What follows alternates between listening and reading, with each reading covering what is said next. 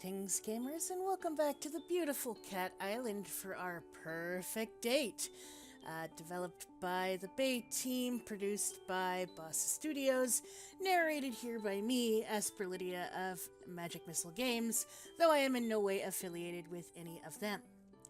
I just found this game in my Steam file, and I am subjecting the internet to it because it is amazing. I'm having so much fun I didn't want to stop after I finished the last episode, so I'm recording another one right away. We have 2 more bits, and then I think we are done with Chapter 1, so let's get started. We are gonna start with the last romance of this chapter, what I assume is this chapter, which is, of course, McMurphy. Meow. Oh, look at that star. And now, take yourself 1,000 miles beyond it and tell me what you see. I laugh as McMurphy passes me the bottle. I take a swig before replying.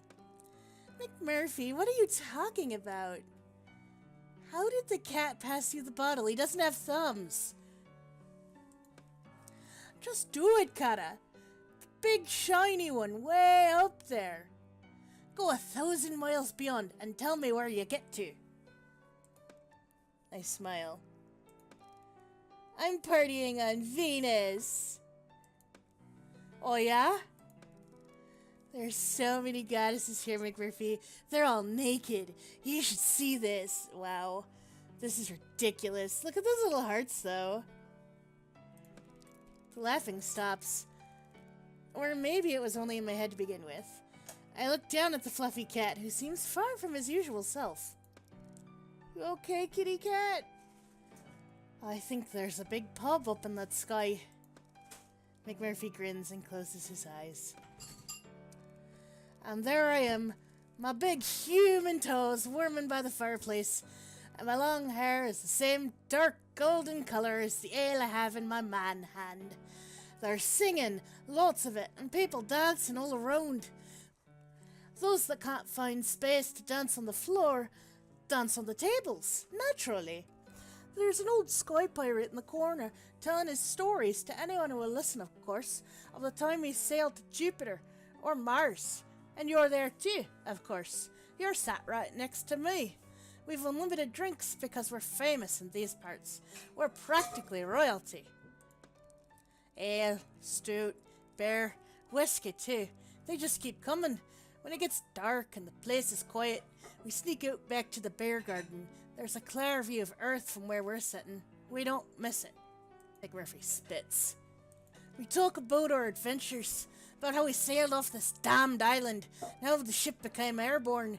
We talk about how we fought the big-breasted, bloodthirsty alien wenches of the Emerald Star, and how we had to charm our way out of this space slug's lair. And I reckon we'd have a lot of fun.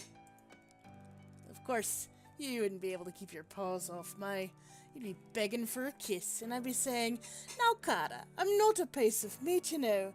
And you'd be saying, "Oh, McMurphy, please. Just one of your world-famous kisses." McMurphy can't do an American accent to save his life. "The fancy French kind." And I'd be saying, "Please, Kata, control yourself." Aww. I start snickering again. No, I don't start snickering. This is adorable. What are you laughing at? You. Are you trying to say you wouldn't be all over me if I was a human? Of course I wouldn't. Ouch! Now don't be mean. You'd be the one begging me for a kiss. What on earth gives you that idea? Oh, top of the morning, Kara. I love you so much. To be sure, give me a smacker, Pakora. Wow, Lydia, that's racist. That is so offensive. I stop laughing. I went a little too far there. I'm sorry. McMurphy lets out a wry smile. Well, maybe I'd try to steal a little kiss. Who could blame me? You wouldn't get one. McMurphy's smile disappears. You know something, Kara? Huh? I think I should just come out and say it. Say what? You're all right. There's a pause. Not an uncomfortable pause, just a slightly confusing one. You're all right, too. McMurphy is gazing at the stars. I don't know what I'm doing. It's a strange feeling. I'm used to being a step ahead of everybody. Well, 2 steps ahead of you. Hey, don't be rude, Murph. I laugh. McMurphy grins. This feeling, it isn't new to me, but I'm still not sure what it is. All I know is that you get me in a way no one has before, and I get you too, even if you don't care to admit it. I guess it's time to let the cat out of the bag. Without thinking, I look around. I'm so used to bagging and unbagging cats for my work that I take him literally. But his expression stops me from reacting.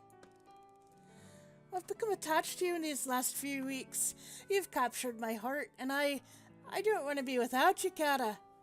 Aww. Well, shoot, guys. I don't want to break his heart. This is why I suck at dating sims. Or I'm great at dating sims. One or the other. Okay. I wasn't expecting that, McMurphy. I haven't had so much fun, felt so free, or been so happy as the time I've spent with you. I don't think I'd care to be without you either. You have my heart.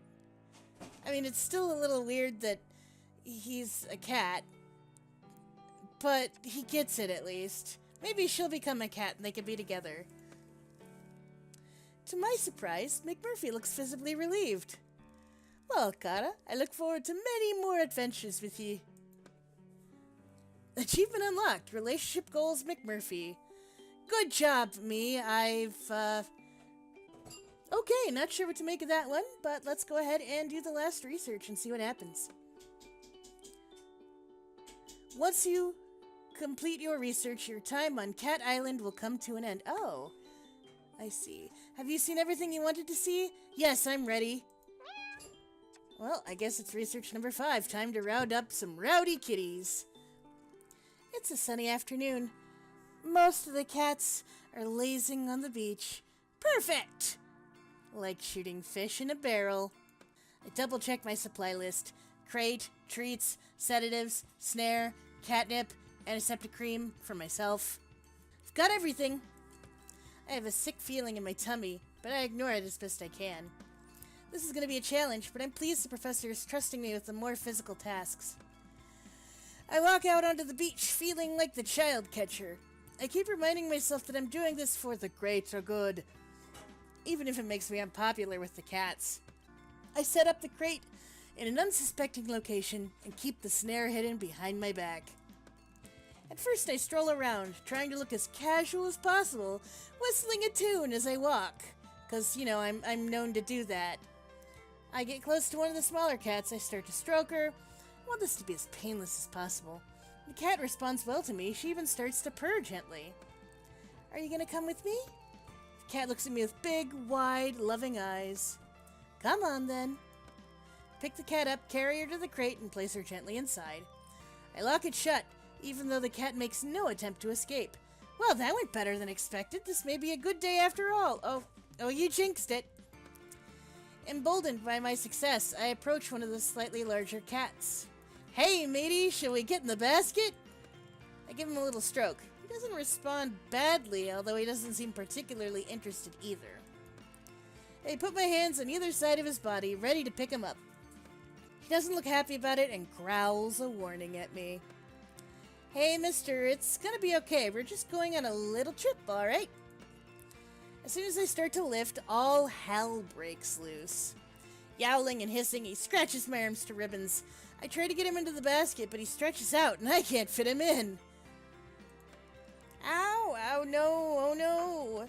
I know when I'm defeated, and I have to let him go. He scarpers off into the distance. I look down at my ravaged arms.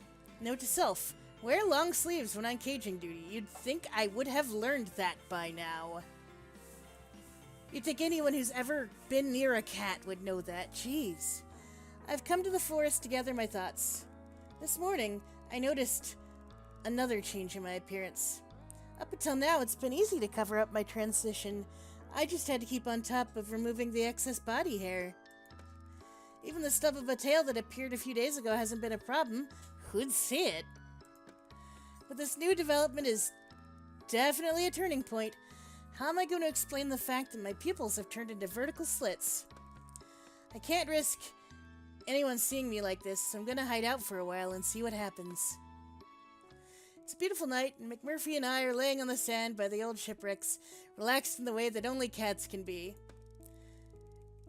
When I remember back to all the anxiety and oh, I must have finally turned into a cat, jeez. The endless hours fretting over the antidote research, it makes my fur stand up. I thought our lives depended on it. It was my love for McMurphy that finally got me to see sense. Why was I so desperate to make him the same as me? Hadn't I fallen for him the way he was? So I decided to turn it on its head and become like him. I'm kind of an ugly cat. That's disappointing. Well, I mean, she's got leopard spots. That's not too bad. I lose track after 30. We're laying out into the stars. I can't help smiling to myself and remember how cold I used to think it was at night. Mac used to rib me for my whining. Now here I am, as snug as can be, counting the stars with the cat I love more than anything else in the world. Aww. Ya see, the trouble is, Kara, you're still thinking like a scientist. What do you mean? So when you count the stars, you begin at 1 and assume you're going to keep chanting numbers till you've quantified the whole entire galaxy. He laughs until his eyes twinkle with moisture. Oh yeah? Go on then, Murph the Wise, enlighten me on a better way of counting. So, if you ask me how many stars there are, I take an overall squint at the sky, judge how cloudy or clear it is, and decide if there's enough light to hunt. Not too much is the right amount for that, by the way. Or too little light for a snooze, best when it's bright. Or just enough to steal a kiss from your sweetheart. And judging by this sky tonight, I know where this is going. He nuzzles into my fur, and I'm the happiest cat in the universe. Achievement unlocked, Chapter 1. Yay! Relationship status, in a relationship with McMurphy. Successful dates, 2 of 3. Ending achieved, love drunk. I wonder if me getting mad at him was the unsuccessful date of the last one. Yeah, I bet it was, because we left at the end. So that was Chapter 1. Next time we will start with Chapter 2. Let's just real quick see what it'll look like. Chapter 2, let's start it. Cancer Romanced 1 of 6. Okay, so we can do a different cat in each chapter. Interesting. Current Chapter 2, Research, Recon, Cats, Antidote complete.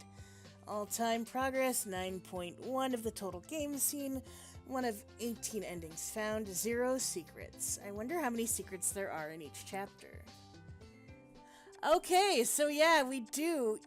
There are 6 scientists, 1 for each chapter. Fascinating.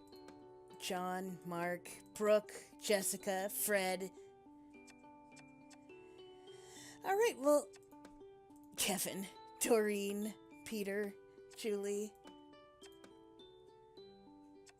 Alright, well, I'm going to leave this right here, and then we'll pick it up next time. If the beginning is the same, I won't read it to you. The voices will probably stay pretty similar, but we will see what happens. Oh, that explains the notes! Oh my gosh, the notes that Kibbles brought me in the beginning. Of course there weren't any. There wasn't any. Because I hadn't started yet. Okay, so we know the worst thing that... Okay, we don't know the worst thing that happens to us as we turn into a cat. Alright, but thank you all so much for watching, and I will see you in Chapter 2. As always, keep on gaming.